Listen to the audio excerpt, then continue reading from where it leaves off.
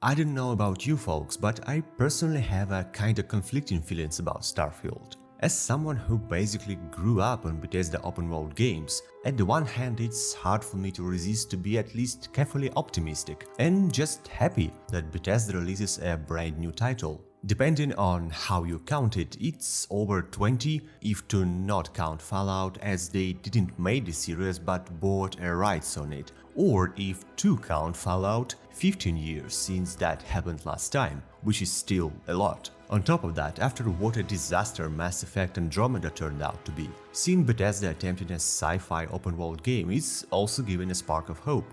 At the same time, Bethesda heavily degraded over the years, ironically somewhat proportionally to its own growth of success, being good in making sandboxes, but gradually losing the ability to create a soulful RPGs. With every new release of a next open-world Bethesda game, it becomes empirically bigger, but also more and more buggy, worse and worse optimized, and furtherly duller in terms of storyline and role-playing aspects. I mean, Fallout 4 is not a bad game in general, it's really a fun post-apoc shooter, it's just not much of a Fallout and RPG to begin with. With this in mind and some thoughts about Starfield based on what we have seen in trailers, gameplay showcases and developers' diaries, I have both hopes and fears for this game, which I wanna talk about in the video and to share my thoughts on how I look for Starfield to be. Let's briefly go through the key moments of gameplay Bethesda showed us so far. So first of all, oxygen and CO2 meters in the interface, which means that at least basic survival mechanic exists in the game, which is good to me. More about why exactly a bit later. Animations, weapon unsheathing for player, idols and movement for alien insects seems to be okay. Previously it was seen in developer diary videos that Bethesda finally began to use the motion capture for animations, and it shows. Some animations though look like just reused and slightly improved from the Fallout 4, like you can see on this laser resources extraction. The lighting is from decent to actually pretty good, especially in interiors, though I think in many cases it should be darker, especially outside, where the surface lighting is actually a bit too white out on certain objects. What I also like is that they went with a somewhat desaturated tone with the game look in general, but that's surely a subjective thing, so tell me whether you like this or not. And I can already recognize the modern classic Bethesda bugs or maybe just laziness already in the pre-made gameplay showcase demo. The player is crouching at this moment of the video, yes, but he also is in combat and pickpocketing prompt makes absolutely no sense. The physics are definitely better than somewhere in Skyrim, for instance. You can see that it feels like enemies have some body mass when dying, but at the same time here, the flash from explosion appears a moment before the explosion itself, and the killed pirate body irrationally twitches in midair a couple of times before being smashed against the wall. Once again, animations feel better than in Fallout 4 for instance, but at the same time other modern games with pretty similar weapons, like Cyberpunk 2077 for instance, did this noticeably better. Nonetheless, the combat looks fun, especially considering there are some extra mechanics in it, like gliding or aerial floating maneuvers. The lockpicking mechanic looks the same as in Skyrim or Fallout, just with the digitalized interface. The issue with the settlements is they look way too empty with population and activity-wise. Of course, not every town should be overloaded with people, but the New Atlantis from this video was mentioned to be the central, most populated city in the colony, and it just doesn't look so. It looks like the city itself is like 5 times bigger than the amount of citizens that you expect to see on its streets. And here we go with the classic Bethesda AI again. NPC is just going into the wall, and while it kinda possible he was mean to look at the screen above him, his AI and head tracking is just not doing that. Character design and facial animations. The characters themselves actually look superb. Skin tones, freckles, blemishes, scars, their look feels realistic and distinct. Facial animations though leave much to be desired. Most noticeably, it's visible that NPC's eyeballs are looking on the opposite direction from you during a conversation sometimes, which gives a pretty weird feeling. The visual part of character creation looks top-notch, highly customizable from hairstyles and skin tones to body constitution types and even walking animation types. The trait system is clearly taken from Fallout 4 with just a minimal changes to naming and stats. Traits are mostly really simple, and while it may be okay to some players, to some others, including myself, it's showing the laziness to craft a truly creative character development system, as when most of traits are just giving you something like higher and lower prices per different faction or just a bit more and less damage is kinda boring really, especially when saying that's our first new title in 25 years. There seems to be dynamic traits too though, like the Serpent's Embrace, but its practical proficiency is about to be seen because judging purely from the description, it feels more annoying rather than fun.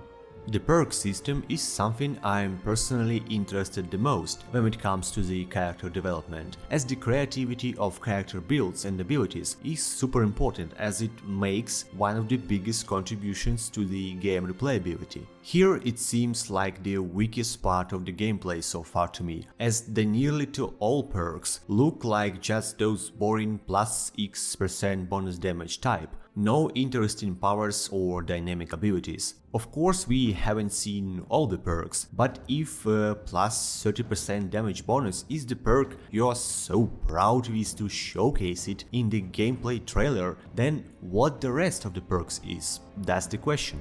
The settlement building system looks pretty similar to Skyrim's Hearthfire and Fallout 4 settlement system, but only the actual gameplay after the release will show how much deeper or not it is compared to those games.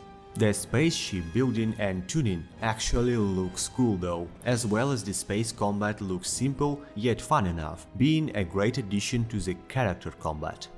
My own perfect vision of Starfield will be the Mass Effect, I'm talking about first 3 games of course, level of storyline, Skyrim size and depth of the game world, and Fallout New Vegas aesthetics, but with a sci-fi tune. And all that done on the heavily upgraded engine where the amount of bugs and unpolished mechanics on the release is not haunting your playthrough joy.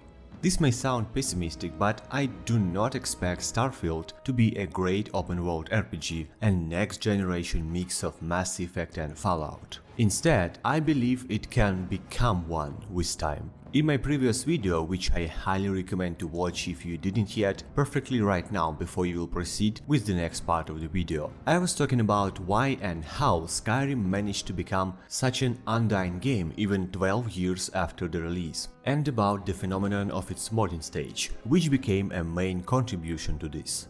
So with Starfield, I do not expect the game to be much of a great. Instead, I hope it will be a big enough sandbox with many enough gameplay mechanics and serve rather a foundation to the future polishing by the developers themselves, but mainly for the modding stage to improve the flawed in-game mechanics, fix bugs, because we all know there will be ocean of those, and expand both exploration with new planets and quests and the character development and combat with overhauls of perks and new dynamic combat abilities made using the existing vanilla ones as a templates. And with this in mind, if Bethesda will not oppose itself to the modding of Starfield and release mod making tools at least somewhat comparable with the Skyrim's creation kit, Starfield's future will be just fine even if it will be just a mediocre RPG, just another Fallout 4 but in space.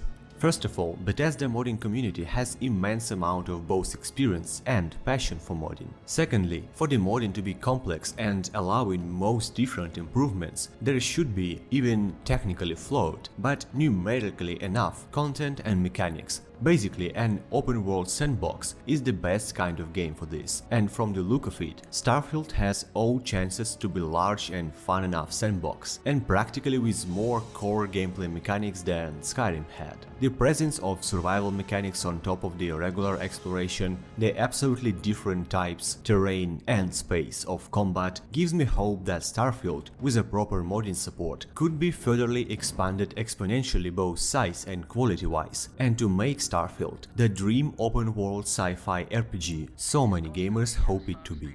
Or, of course, there is still a small chance the game itself will outperform our expectations in both gameplay and roleplay aspects. And with the active modding stage on top, in that case, it absolutely could become one of the most memorable games of the decade. I'm highly skeptical regarding this option though, but I will be only happy to be proven wrong. That's it for now, folks. With all said, I'm curious what you all think about it and what are Starfield chances to turn out to be actually the next generation of sci-fi RPGs and the rebirth of Bethesda's trust credit from the community. Let me know in comments. Don't forget to enable channel notifications and join our Discord to always stay in touch. And if you want a bigger piece of me, all my other links, socials, Patreon, my video game store and more are all down below in the video description. Stay tuned, stay safe and stay happy. Sinitar here, signing out.